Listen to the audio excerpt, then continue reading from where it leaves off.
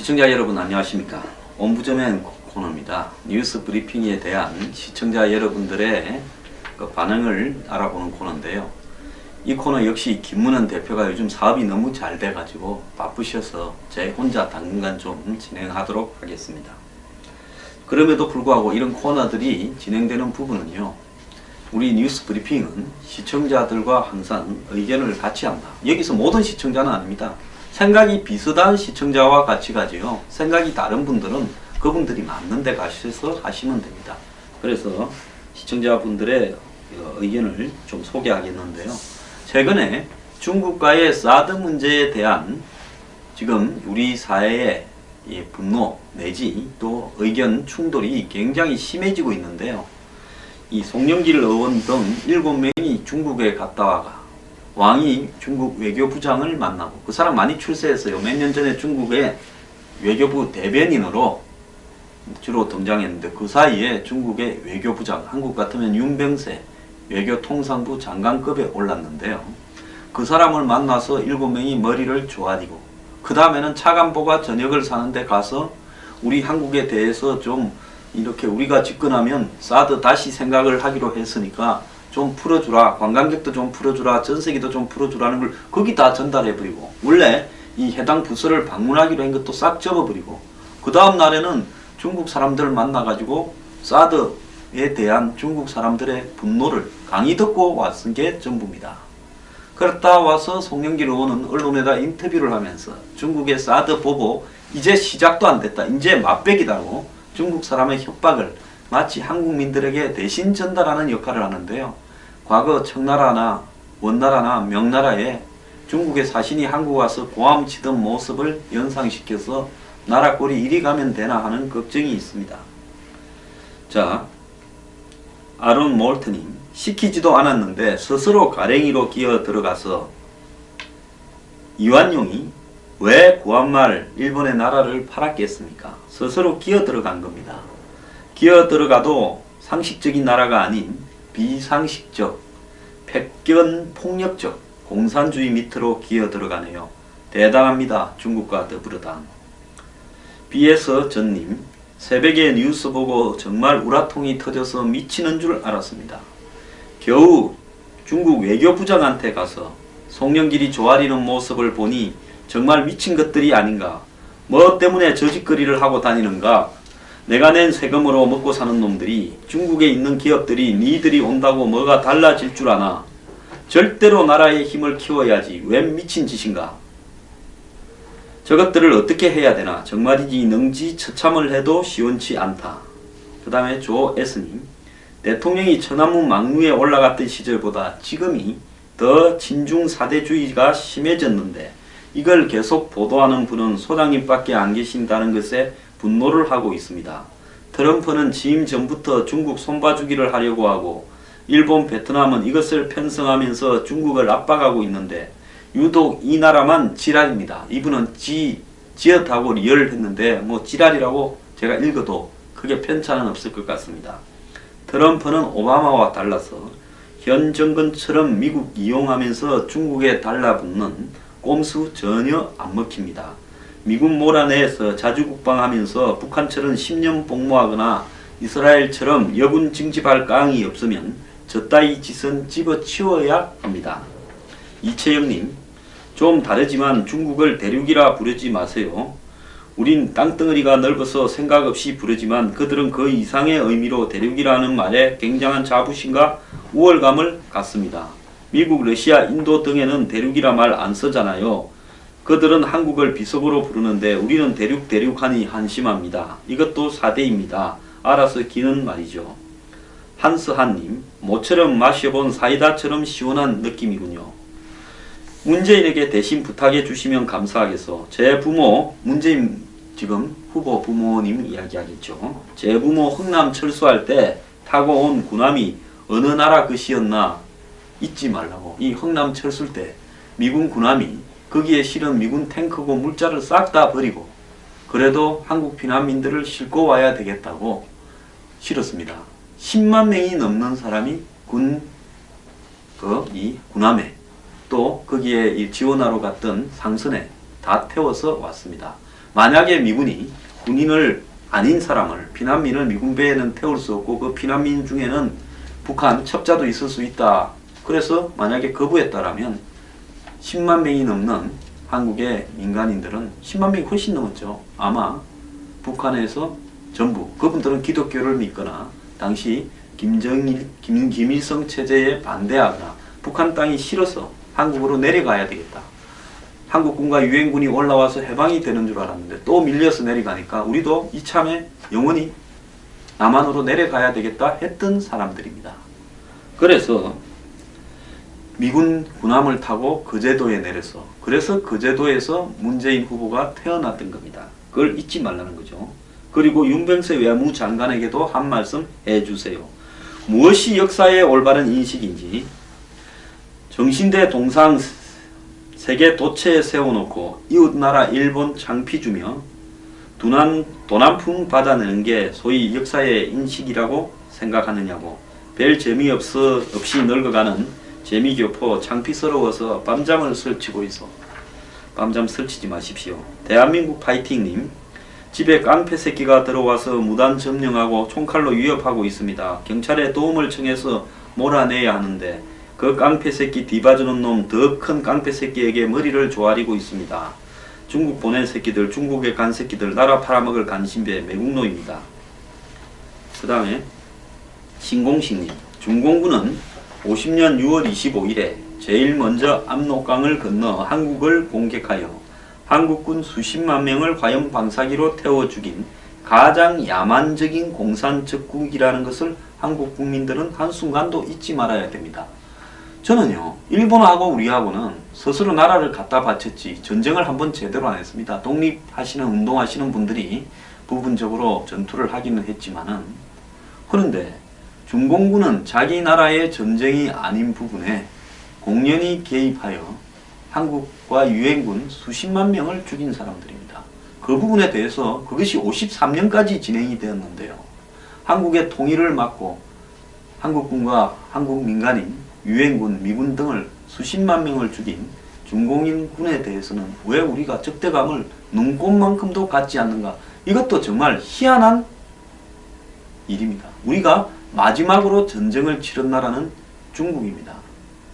당시 북한군은 거의 괴멸되어서 군대도 별로 남지도 않았습니다.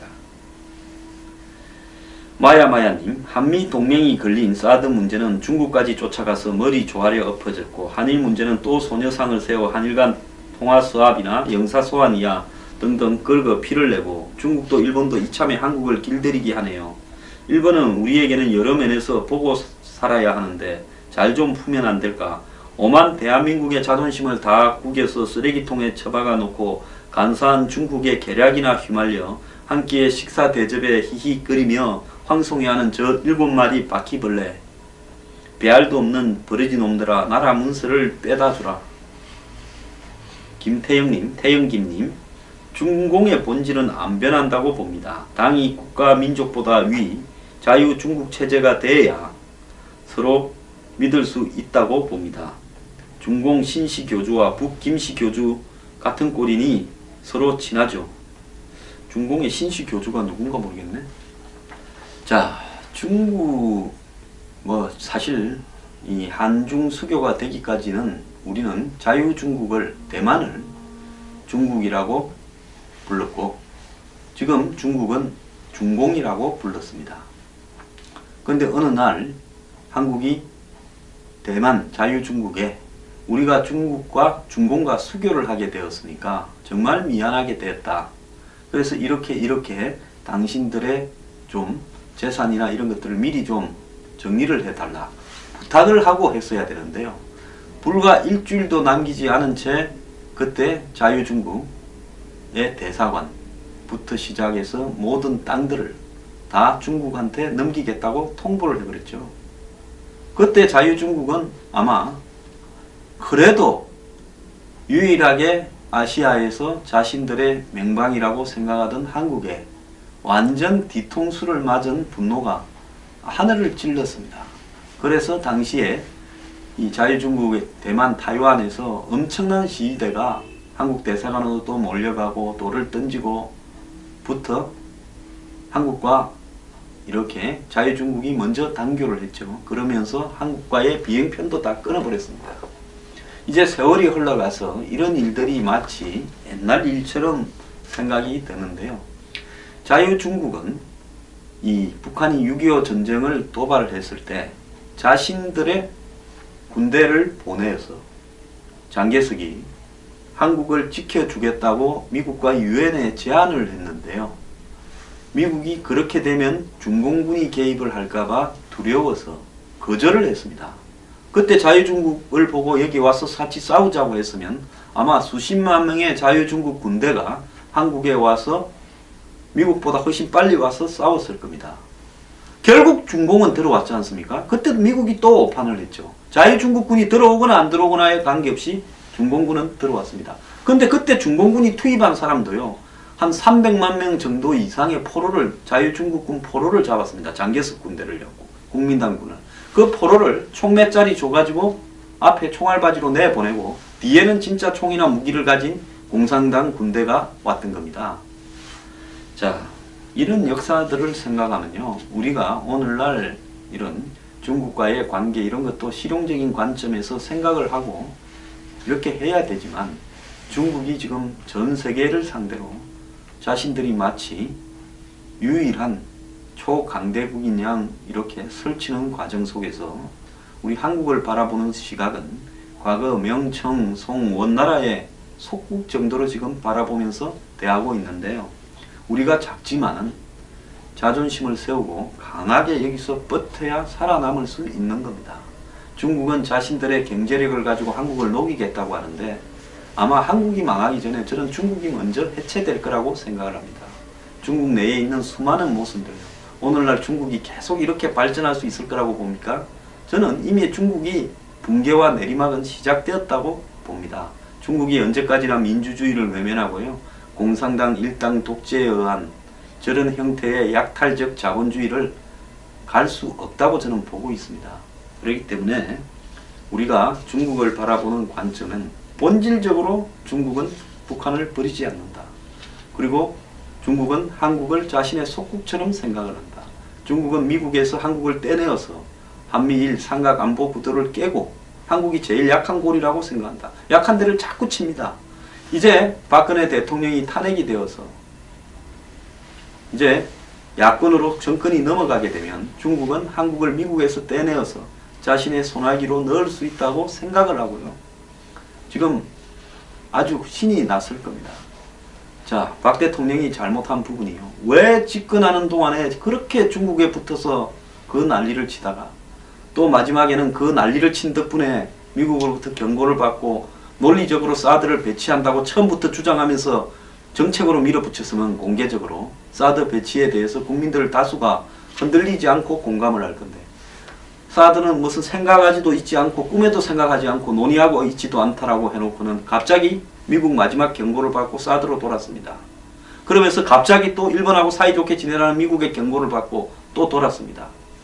이렇게 하면서 이런 위기를 자초하고 더 나아가서 본인의 탄핵으로 그야말로 친중 세력에게 나라를 넘겨주려고 하는지, 이 모든 것은요, 친중의 근원은 박 대통령입니다. 최순실입니다. 그리고 친중으로 가도록 이 두 사람을 포획해서 뒤에서 조정한 한국의 재벌입니다. 우리가요, 일이 잘못되면 누구한테 책임이 있는지를 정확하게 알고는 이야기해야 되는 겁니다. 제가 그럼에도 불구하고 분노를 가지지 않을 수 있겠습니까? 자, 소녀상 문제 이야기 좀 하겠습니다. 일본하고 작년에 마무리 지었습니다. 우리가 64년입니까? 일본하고 한일협정을 마무리 지었습니다. 그때 이승만 전 대통령은 일본을 안 보겠다고 했지만은 당시 군사 쿠데타로 집권했던 5.16 혁명을 일으킨 박정희 대통령 입장에서는 돈이 나올 구멍이 하나도 없었습니다. 경제 발전이고 뭐고 경제 개발 계획이고 구멍이 있어야 할 건데, 그렇기 때문에 일본하고 수교를 해야, 우리가 해방이 된 이래 일본하고 수교가 없는 상태였지 않습니까? 왔다 갔다 하기도 불편했습니다. 무역도 하기가 어려웠습니다. 일본하고 수교를 해야, 그리고 일본에게 이 36년 점령에 대한 배상금을 받아야 그 돈으로 경제를 발전시키겠다 해서 돈을 받았습니다. 그러면서 그 당시 상황으로는 일본을 보고 한국이 무릎 꿇고 사과해라 할 입장도 못 됐죠. 우리가 급해서 한일 협정을 맺었는데요. 그래서 경부고속도로도 만들고 포스철도 만들고 했습니다. 자, 그러면서 일본하고 무역도 하면서 경제 성장이 시작되었습니다. 자, 그랬는데 이제 살만하니까 우리가 그때 돈만 받았지 사과를 안 받았네. 사과하라고 했습니다. 그래서 일본 총리 중에서 사과 여러 번 했습니다. 처음부터 사과 문안을 정확하게 전해서 한국은 정권이 바뀌더라도 이 내용에는 꼭 받아야 되겠다고 한 가지 이야기만 계속 해왔으면 될 건데, 어떤 정권은 풀어줬다가 어떤 정권은 쪼았다가 또 국내에 문제가 생기면 독도로 잽싸게 날아가서 자극을 했다가, 그러니까 일본에서는 한국은 정권이 바뀔 때마다 항상 사과를 새로 요구하는데 어떻게 하느냐. 자, 미국은 중국을 견제하고 북한을 견제하기 위해서는 한국 군사력을 봐가지고는 저 사람들 저거 택도 없다.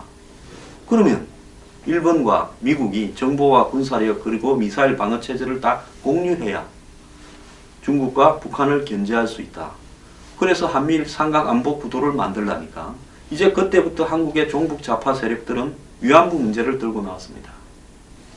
그러면서 그것을 약한 고리로 해서 옛날에는 반미 이야기를 하다 이제 반미가 잘 먹게 들지 않습니다. 미국이 무슨 한국을 착취를 합니까? 한국을 식민지 지배를 합니까? 우리가 대학 다닐 때는 그렇게 가르쳤죠. 운동권 선배들이요. 다 뻥이지 않습니까? 그러니까 이제 반일 문제를 위안부를 고리로 자꾸 때립니다.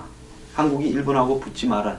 박근혜 대통령은요, 아버지가 만주국 사관학교를 수석 졸업했다라는 그 콤플렉스 때문인지 이상하게 지나치게 반일에 집착을 해왔어요.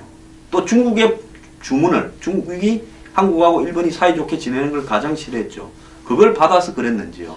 그래서 3년 동안 아무런 일본과의 대화를 하지 않고 개 닭 보듯이 지내다가 미국의 마지막 경고를 받고 급히 또 마무리 지었지 않습니까? 그러면서 일본 정부는 정부의 돈으로 10억 엔을 냈습니다. 그 10억 엔이라는 것은요, 돈의 과다의 문제가 아니라 정부의 돈이 아니고 일본 기업의 돈이라면 우회적으로 해서 1조라도 받을 수 있을 수 있겠죠. 그런데 정부가 1달러라든지 1엔이라도 낸다면 정부가 사실상 책임을 인정했다고 우리가 해석을 해도 되기 때문에 그런 협상을 했던 겁니다. 제가 대통령이라면요, 일본 정부 보고 사과만 하고 돈은 필요 없다.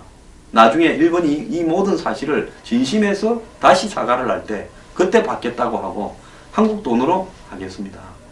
1엔을 일본 정부 돈으로 내라. 그런데 또 10억 엔은 뭔지도 모르겠어요. 받으려면 많이 받든가 안 그러면 받지 말든가. 자관 너희들이 돈을 냈다라는, 정부 돈으로 냈다라는 우리 통장에 상징적으로 꼽아놓는 의미에서 1엔을 보내라고 하겠습니다. 미국 사람들 그런 식으로 많이 해요. 망해가는 회사를 갖다가 팔 때 그래도 우리가 너한테 공짜로 준 게 아니라 팔았다라는 명분을 잡기 위해서 1달러에 팔기도 합니다. 그런데 이런 어떤 부분으로 이렇게 겨우 마무리 지어서 이제 사드 배치와 삼각안보 군도가 다 연결되는 건데요. 하려다 보니까 그때 일본은 지금 이 종로에 있는 소녀상을 설치해달라, 철거해달라. 우리는 그런 부분은 우리가 알아서 할 부분인지 이야기하지 마라. 티격태격 했는데 그냥 덮어놓고 합의를 한 겁니다. 그런데 이제 초량, 부산 초량 옛날 제가 그 앞에 살았습니다. 일본 총영사관이 있는데 그 앞에다가 하나를 더 만들어 버렸습니다.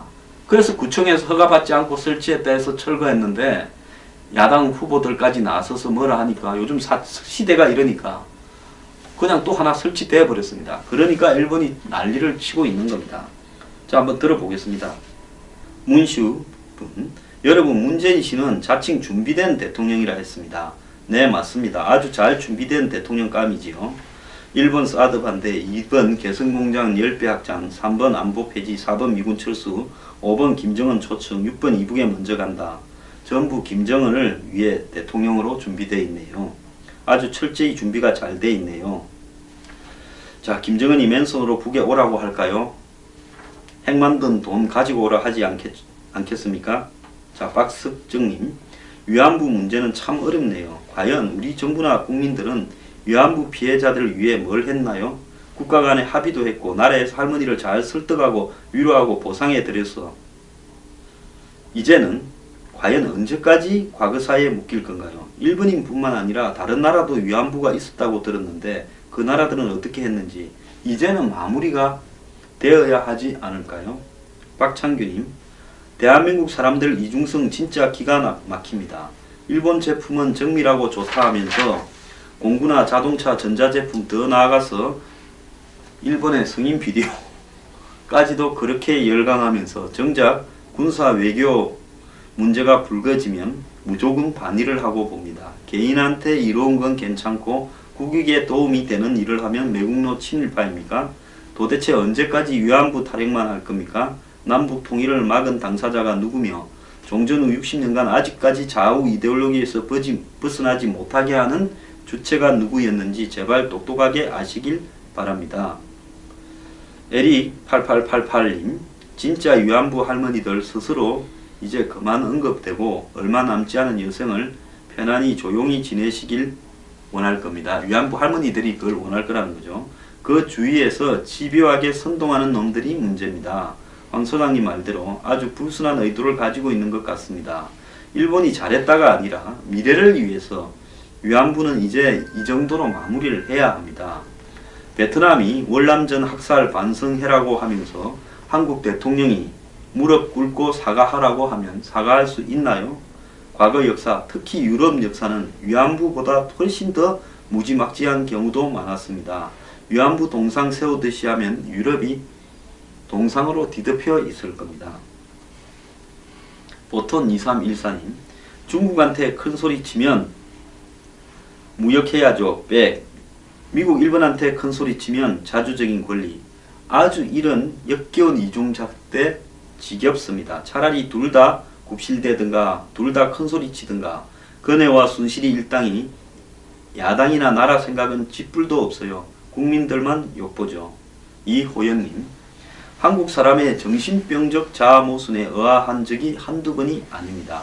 중국 떼족한테 원망하지 않는 것들을 볼 때마다 참 한심하더군요. 교과서에도 사람들 인식에도 어디에도 없는 상식과 팩트들, 뽐말 전도하는 떼족에는 대항하지 않으려 동북아 역사재단을 만들어 민족 역사를 조작하고 말살하는 대한민국, 북계하고 역사관이 같으니 한심하다. 최윤희님, 일본이 참 우리에게 도움이 많이 되는 나라인데 일부 자익 때문에 잘 지내지 못하니 아쉽기만 합니다.